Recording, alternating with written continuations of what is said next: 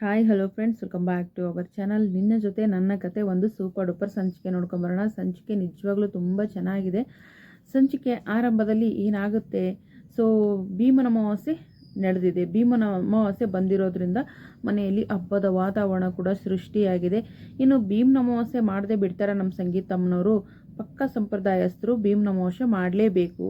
ಇನ್ನು ಅಜಿತ್ ಭೂಮಿ ಈ ಭೀಮನ ಅಮಾವಾಸ್ಯೆಯಲ್ಲಿ ಅಜಿತ್ ಪಾದಪೂಜೆಯನ್ನು ಮಾಡ್ತಾಳ ಭೂಮಿ, ನೋಡೋಣ.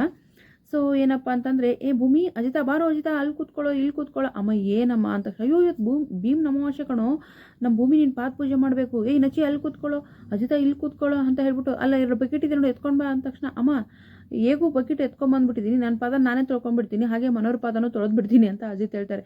ಸುಮ್ಮನೆ ತರಲೆ ಮಾಡಬೇಡ, ಸುಮ್ಮನೆ ಕೂತ್ಕೊ ನೀನು ಅಂತ ಸಂಗೀತ ಅವರು ಇಷ್ಟು ಮಾತಾಡ್ತಾರೆ ಅಂತಂದರೆ, ಹೇಳ್ತಾರಲ್ಲ, ಇಡೀ ಕುಟುಂಬವನ್ನು ನೋಡ್ಕೊಳ್ಳೋಕ್ಕೆ ಒಬ್ಬ ಮಹಿಳೆ ಇದ್ದರೆ ಸಾಕು, ಬದುಕನ್ನು ಅರ್ಥ ಮಾಡ್ಕೊಳ್ಳೋಕ್ಕೆ, ಕುಟುಂಬವನ್ನು ಅರ್ಥ ಮಾಡ್ಕೊಳ್ಳೋಕ್ಕೆ ಅಂತ ಅಷ್ಟು ಚೆನ್ನಾಗಿ ಅರ್ಥ ಮಾಡಿಕೊಂಡು ಪ್ರತಿಯೊಂದನ್ನು ಗಮನಿಸ್ತಾರೆ. ಸೊ ಕೂತ್ಕೋತಾರೆ.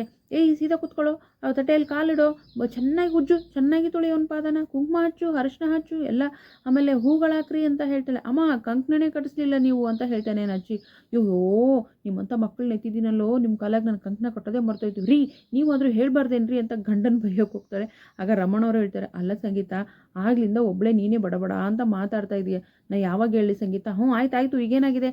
ಕೈ ಮುಂಚಾಚೋ ಭೂಮಿ, ನೀನು ಕೈ ಮುಂಚಾಚು, ಅಜಿತಾ ನೀನು ಭೂಮಿ ಕಟ್ಟು, ನಚ್ಚಿ ನೀನು ಏನಪ್ಪ ಅಂತಂದರೆ ನಚ್ಚಿಗೆ ಹೇಳ್ತಾರೆ, ನೀನು ಅಂಜು ಕಟ್ಟು, ನೀವು ಅವ್ರಿಗೆ ಕಟ್ರಿ ಇವ್ರಿಗೆ ಕಟ್ರು. ಅಬ್ಬಬ್ಬಬ್ಬಬ್ಬ ಇಷ್ಟು. ಶಾರದಾ ಬರ್ತಾಳೆ, ಮತ್ತು ಶಾರದಾ ನೀನು ನೋಡ್ಕೋ, ಆಮೇಲೆ ಅವ್ರು ನೋಡ್ಕೋ, ಹೆಂಗೆ ಮಾಡಬೇಕು ಹಂಗೆ ಮಾಡಬೇಕು, ನೋಡ್ತಾ ಇದೆಯಾ ತಾನೇ?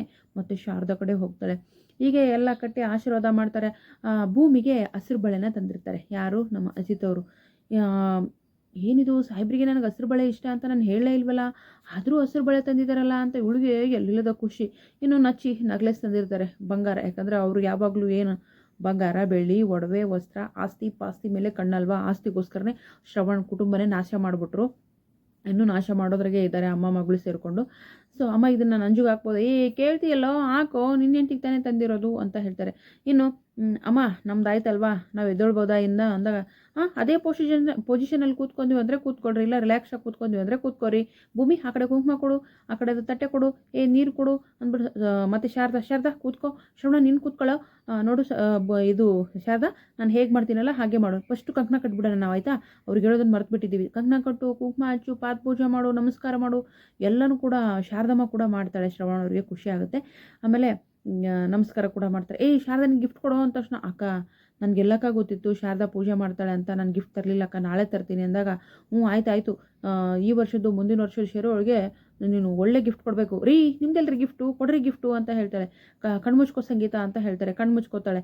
ಏನೋ ಭಾರಿ ಗಿಫ್ಟೇ ತಂದಿದ್ದೀರಾ ಅಂತ ಕಾಣುತ್ತೆ, ಕಣ್ಮುಚ್ಕೋ ಅಂದ ಮುತ್ತು ಕೊಡ್ತಾರೆ. ರೀ ಏನ್ರಿ ಮಾಡ್ತಿದ್ದೀರಾ ನೀವು? ಅದೇ ಸಂಗೀತ ನೀನು ಮುತ್ತು ಕೇಳಿದೆಯಲ್ಲ ಅಂದಾಗ, ರೀ ಅಯ್ಯೋ ಕರ್ಮ ಕರ್ಮ ಕರ್ಮ, ನಾನು ಮುತ್ತು ಕೇಳಿರೋದು ಈದಲ್ಲ ರೀ, ಸಮುದ್ರದಲ್ಲಿರುತ್ತಲ್ವಾ ಮುತ್ತು ಮುತ್ತು ಮುತ್ತಿನ ಹಾರ ಅಂತ ಹೇಳ್ತಾಳೆ. ಅದಾ, ಮುಂದಿನ ವರ್ಷ ತಂದು ಕೊಡ್ತೀನಿ ಬಿಡು ಅಂತ. ಪ್ರತಿ ವರ್ಷ ಹೀಗೆ ಮಾಡ್ತೀರಾ ನೀವು, ಚೀಟ್ ಮಾಡ್ತೀರಾ ನೀವು ಅಂತ ಹೇಳ್ತಾಳೆ. ಸೊ ಇಷ್ಟು ಸಂತೋಷವಾಗಿರುತ್ತೆ ಕುಟುಂಬ.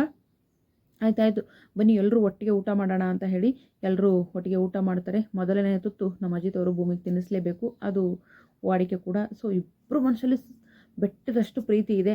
ಯಾಕಂದರೆ ಕಣ್ಣಲ್ಲೇ ಸನ್ನೆಯಲ್ಲೇ ಮಾತಾಡುವಂಥ ಪ್ರೀತಿ ಇದೆ, ಆದರೆ ಹೇಳ್ಕೊಳ್ಳೋದಿಲ್ಲ. ಇನ್ನು ರೂಮಿಗೆ ಕರ್ಕೊಂಡು ಹೋಗ್ತಾರೆ ನಮ್ಮ ಸತ್ಯಣ್ಣವರು. ಕರ್ಕೊಂಡೋಗಿ ಚೆನ್ನಾಗೇ ರುಬ್ತಾರೆ. ಅಲ್ಲ ಏನಾಗಿದೆ ನಿಮಗೆ, ನಿನ್ನ ಜೊತೆ ಅವಳು, ಅವಳ ಜೊತೆ ನಿನ್ನ ಅಂತ ಬರ್ದು ಆಗಿದೆ ಭಗವಂತ, ಇಬ್ಬರು ಸೇರಿಬಿಟ್ಟಿದ್ದೀರಾ ಅಂಥದ್ರಲ್ಲಿ ಮತ್ತ್ಯಾಕೆ ನಿಮಗೆ ಈಗೋ? ನೀನು ಮನಸ್ಸಲ್ಲಿ ಪ್ರೀತಿ ಇಟ್ಕೊಂಡಿದ್ಯಾ, ನೀನು ಮನಸ್ಸಲ್ಲಿ ಪ್ರೀತಿ ಇಟ್ಕೊಂಡಿದ್ಯಾ, ಇಬ್ರಿಗೆ ಒಂದಾಗಿ ಬಳಕೆ ಏನು ನಿಮಗೆ ಅಂತ ಈ ಪ್ರಶ್ನೆಯನ್ನು ಮಾಡ್ತಾರೆ. ಈಗಲಾದರೂ ಸತ್ಯಣ್ಣನ ಮಾತನ್ನು ಅರ್ಥ ಮಾಡಿಕೊಂಡು ಅಜಿತ್ ಭೂಮಿ ಒಂದಾಗಿ ಜೀವನ ಮಾಡ್ತಾರಾ? ನೋಡೋಣ ಮುಂದಿನ ಸಂಚಿಕೆಯಲ್ಲಿ. ವಿಡಿಯೋಗೆ ಒಂದು ಲೈಕ್ ಮಾಡಿ, ಚಾನಲ್ ಸಬ್ಸ್ಕ್ರೈಬ್ ಮಾಡಿಕೊಂಡು ದಯವಿಟ್ಟು ಸಪೋರ್ಟ್ ಮಾಡಿ. ಮುಂದಿನ ಸಂಚಿಕೆಯಲ್ಲಿ ಏನಾಗುತ್ತೆ ಅಂತ ಅಪ್ಲೋಡ್ ಮಾಡ್ತೀನಿ. Thank you so much.